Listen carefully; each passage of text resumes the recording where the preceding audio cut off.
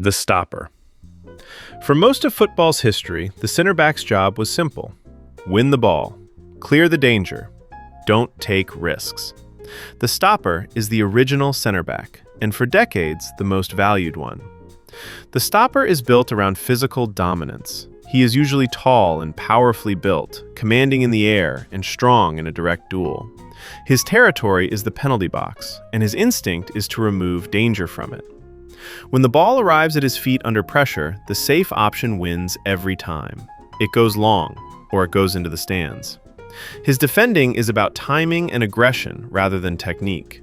He attacks crosses, throws his body in front of shots, wins the first header, and steps into the striker to deny a clean touch. Reading the danger early and stepping in to kill it is worth more to him than any pass he will ever play. What he does not offer is build-up. He is not asked to start attacks, carry the ball, or break lines with a pass. His distribution is functional at best, and against a high press, his weaker foot can become a liability. The stopper fits teams that defend deep and protect their box. Back four sides in a low or mid block, who soak up pressure and clear their lines, get exactly what they need from him: a defender who wins everything in his own area. Because the team rarely pushes high, there is little space behind to cover, and his limitations stay hidden. The risk appears the moment the system changes. Ask a pure stopper to defend a high line, and a ball over the top exposes his lack of pace. Ask him to play out under a press, and his discomfort on the ball becomes a chance for the opponent. He is a specialist, and he is only as safe as the system built to protect him. Notable examples of this type include Nemanja Vidic, Carlos Puyol, Pepe, and Ruben Dias. Libero, also known as the sweeper. Behind that line of stoppers, some teams added a free man, a defender with no opponent to mark, positioned deeper than everyone else. This is the sweeper, or in its more advanced form, the libero. The sweeper's job is to read the game for the entire defense. He sits behind the defensive line and covers the space in front of the goalkeeper, stepping across to intercept through balls and mop up anything that slips past his teammates. Where the defenders in front of him commit to their duels, he stays free, the last line of organization before the keeper. His value is not in pace or power, but in anticipation. The best sweepers seem to move before the danger develops, reading the pass a fraction of a second before it is played, and arriving in the right place without ever appearing to rush. Composure on the ball matters too, because once he wins it, the attack often begins with him. The libero takes this further. He does not just clean up. He carries the ball out of defense and steps into midfield, turning a defensive action into the first phase of an attack. In this version, the spare man at the back becomes a playmaker from deep. The sweeper belonged to an era of man marking. When every defender is locked onto an opponent, a team needs one spare man to cover the gaps. But as zonal marking took over and defensive lines climbed higher up the pitch, the spare man sitting behind the defense became inefficient. Most of his job did not disappear. It moved forward. The space he used to patrol is now covered by the goalkeeper, and in many ways, the sweeper keeper is the libero reborn between the posts. Defenders who define this role include Franz Beckenbauer, Gaetano Scirea, and Matthias Sammer. The man marker. Now the opposite idea. Instead of guarding space, you guard a man. The man marker is given one opponent, usually the most dangerous player on the other team, and he follows him everywhere. Out to the touchline, deep into his own midfield, away from his natural position, it does not matter. Where the striker goes, the marker goes. The job is tight, physical, and relentless. His task is not to control a zone, but to erase a single player from the game, denying him space, time, and any moment of comfort on the ball. It is as much psychological as physical, a contest of will that runs for the full 90 minutes. This demands a specific profile. The man marker needs concentration that never lapses, the stamina to track every run, and the strength to win a duel he is committing to fully. A single moment of switching off can undo an hour of perfect work. The role fits systems built on individual responsibility, where each defender owns a job rather than a share of a zone. But the risk is built into it. A clever opponent can drag the marker out of position, opening the very space his teammates relied on him to protect. A decoy run, a clever rotation, and the shape breaks. As zonal marking became the standard across the modern game, the dedicated man marker faded. It survives now mostly as a specific assignment, a defender sent to neutralize an elite playmaker for one particular match, rather than a permanent role in the team. The most renowned man markers include Claudio Gentile, Alessandro Nesta, and Antonio Rudiger.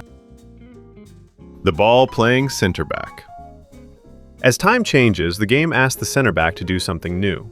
Not just to stop the attack, but to start it. The ball-playing center back is comfortable with the ball at his feet under pressure. He steps out of the defensive line, breaks the opponent's shape with a pass, and helps his team play out from the back when they are pressed. What defines him is composure and passing range.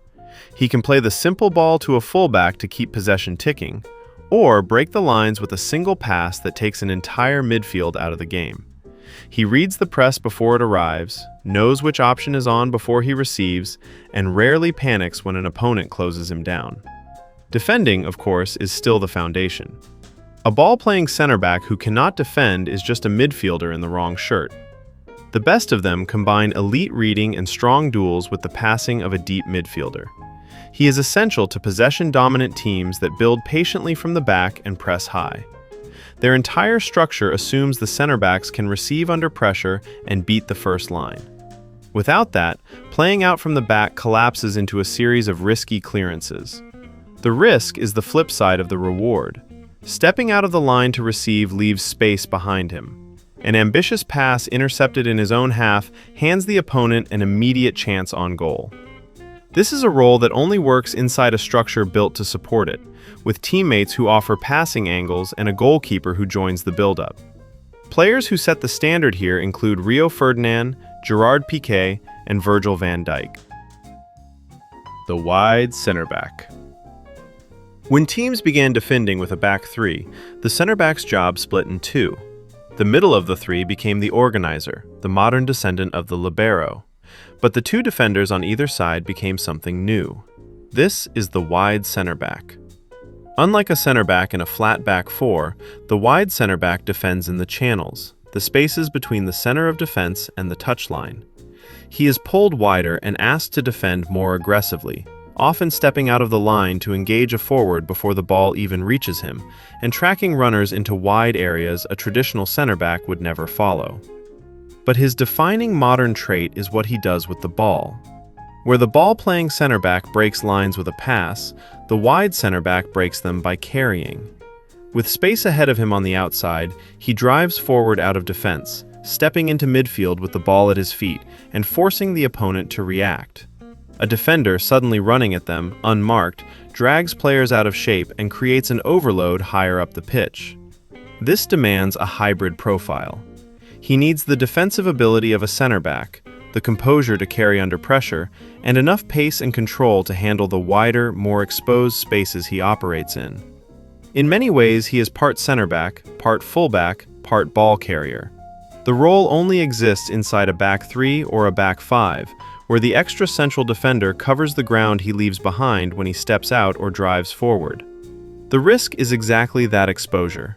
If he carries too far and loses the ball, the space he vacated becomes a direct route at his defense, which is why the role depends entirely on the cover behind him. Defenders who thrive in this role include Alessandro Bastoni, John Stones, and Josko Gvardiol. The classic fullback. Out wide, the traditional fullback had a clear and narrow remit: defend first and defend almost only. He stayed in his lane. He marked the winger, blocked the cross, and rarely ventured past the halfway line. Going forward was a bonus, never a duty, and a fullback caught too high up the pitch was a fullback out of position. His game was built on positional discipline. He read the winger he was tasked with stopping, shepherded him away from goal, timed his tackles, and stayed on his feet rather than diving in. Recovery and concentration mattered more than flair. The classic fullback was, in truth, a defender who happened to play wide, not an attacker in disguise. Physically, he did not need the engine of a modern fullback. He was not expected to cover the entire flank because his job lived mostly in his own defensive third. Solidity and reliability were the qualities that defined him. He suited teams whose width came from their wingers, leaving the fullback free to concentrate on containment behind them. In a side that defended in two banks and attacked through the middle, he was the quiet, dependable anchor on the flank. The limitation is obvious in the modern game. He offers almost nothing going forward. In a possession side that needs its fullbacks to overlap, to create, and to stretch the pitch, a purely defensive fullback leaves the team a man short in attack. The game moved on, and the role had to evolve with it. Famous examples of this role include Paolo Maldini, Ashley Cole, and Gary Neville. The attacking fullback. The fullback's job description did not just grow, it exploded outward. The modern fullback is an attacking weapon. He overlaps his winger, races to the byline, and whips crosses into the box. He provides the width that allows the forwards to drift inside, and in many teams, he creates as many chances as the players ahead of him. The physical demand is enormous. He covers the entire flank, sprinting forward to support the attack and recovering all the way back to defend in the same move, again and again. This is one of the most athletically punishing roles on the pitch, and it requires a level of stamina and pace the classic fullback never needed. Technically, he is closer to a winger than to an old-fashioned defender. Crossing, dribbling, combining in tight spaces near the touchline, and timing the overlapping run are central to his game. His delivery from wide areas is often a primary source of his team's goals. He fits teams that play with inverted wingers, where the forwards drift inside and the fullback becomes the only source of width on his flank. When the wingers come inside, the fullback is the one who keeps the pitch wide. The trade-off is space. Every time he bombs forward, he leaves the area behind him open, and a quick turnover can send the opponent straight down his vacated flank. His attacking output is bought with defensive exposure, and teams must build cover behind him to survive it. The finest attacking fullbacks include Dani Alves, Marcelo, Achraf Hakimi, and Trent Alexander-Arnold. The inverted fullback.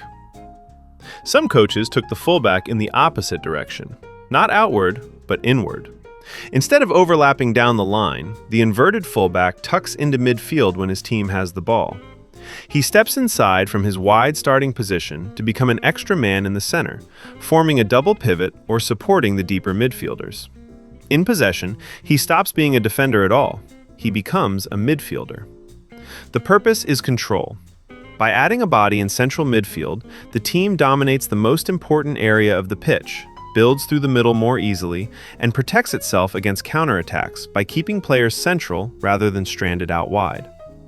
When possession is lost, there are more bodies in the middle to stop the break before it starts. This demands a specific intelligence. The inverted fullback must read exactly when to step inside and when to hold his width, and he must be comfortable receiving and passing in the congested center of the pitch, where space is tighter and the game is faster than out on the flank. He is, in effect, a fullback with a midfielder's brain. The cost is natural width. By moving inside, he gives up the touchline on his side, and the team must replace that width from elsewhere, usually with a high, wide winger. And if he is caught inside the moment possession is lost, the flank he abandoned can become the very space the opponent attacks. It is a role that lives or dies on tactical discipline. Players closely tied to this role include Philipp Lahm, Joshua Kimmich, and João Cancelo. The wingback. And in back three systems, the entire flank belongs to a single man. The wingback owns the touchline from one box to the other. He defends like a fullback and attacks like a winger. And in a 3-5-2 or a 5-3-2, he is the only source of width on his side of the pitch. When his team attacks, he surges forward to join the front line. When they defend, he drops in to turn the back three into a back five. The physical profile is extreme. No role on the pitch covers more ground. The wingback is sprinting the length of the flank for 90 minutes, which is why the position demands a relentless engine, real pace, and genuine ability at both ends, attacking and defending in equal measure. His game blends two jobs that used to belong to different players. He must cross and combine like a winger going forward, and tackle, head, and hold his position like a defender coming back. Few players have the complete package to do both at a high level, which is part of why the role is so valued. He only exists inside a 3 at the back shape. The 3 center backs are what make it possible, shuffling across to cover the huge space he leaves behind when he pushes on. Take away the back 3, and the wingback has no safety net. The risk is physical and structural. The role is brutally demanding, and the moment his engine fades, or the back 3 is caught short behind him, the whole system springs a leak. It is a specialist position, tied tightly to a specific structure, and it falls apart the instant that structure is broken. Among the best wingbacks are Kyle Walker, Nuno Mendes, and Federico Di Marco.